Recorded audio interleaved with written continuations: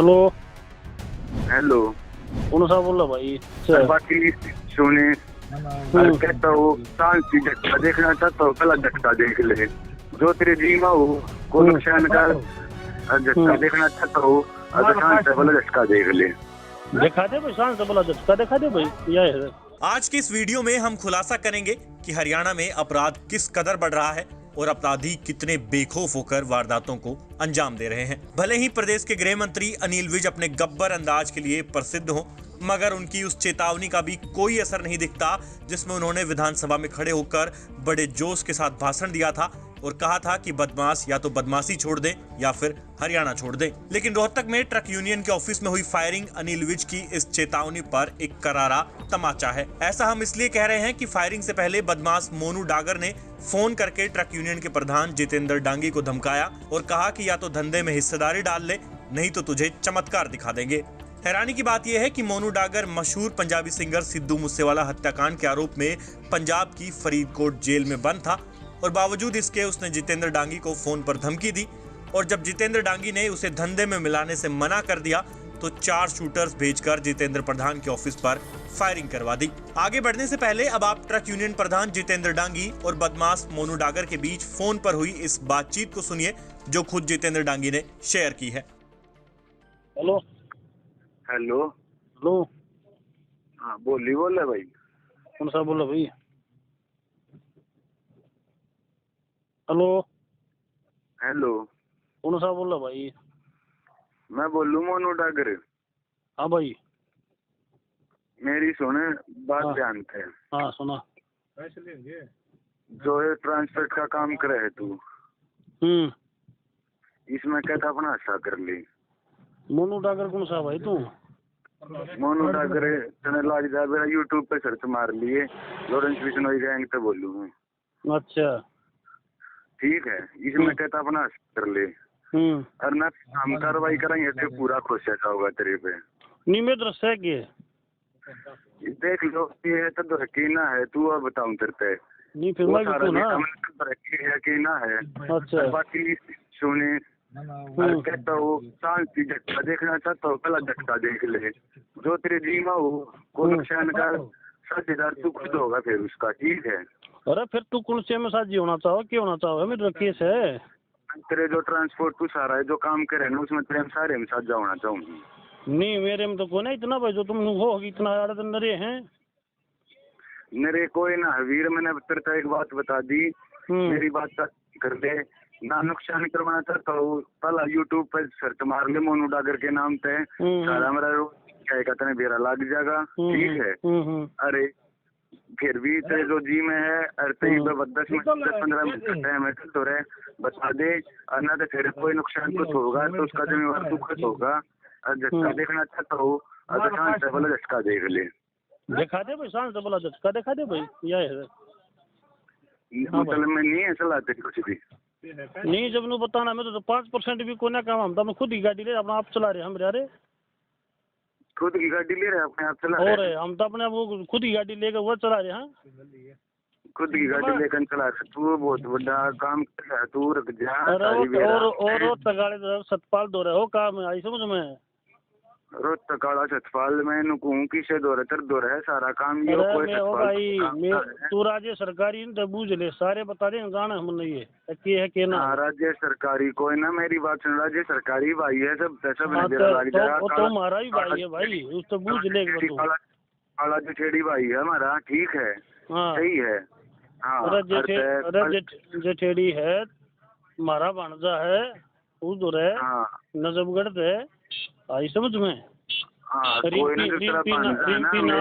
रिम्पी नाम है भांजा बूझ लिए भाई। पीछे मैंने बूझता किसी तू बूझ यही मेरे बारे में जो कुछ बूझ जाएगा मैं ना बूझूं। ठीक है। देख भाई मेरे दो रहे अपनी खुद ही गाड़ी ला रहे। हाँ ठीक है, मेरे दो रही हूँ गोना किसी भाई ने भेज के बूझ देख लेगा आई समझ में? और भाई जो तुमने शांति दिखाना हो तू दिखा ले। ठीक है। चलो ठीक है तो कोई दिक्कत ना है। हाँ ये को तू थोड़ी यार हम अपनी गाड़ी में ना चलावा।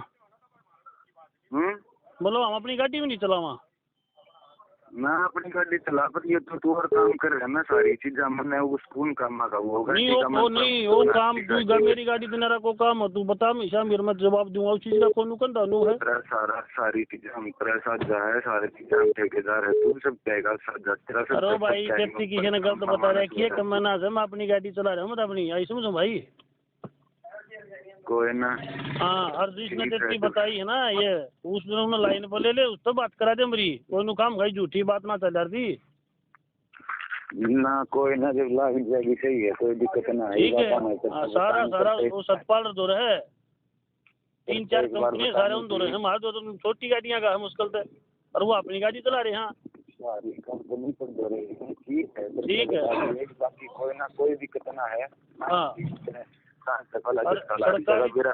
सरकारी तरह भाई है तो हमारा ही भाई उससे पूछ ले तू बता दिया तो ना पर हाँ कोई ना जब तक तो ठीक है लाग जाएगा फिर भाई फिर इतना सांस देके मैं करना तू कर ले भाई ठीक है ठीक है कोई दिक्कत ना मैं करके दिखाऊंगा मैं फिर इतना ना बात ठीक है ठीक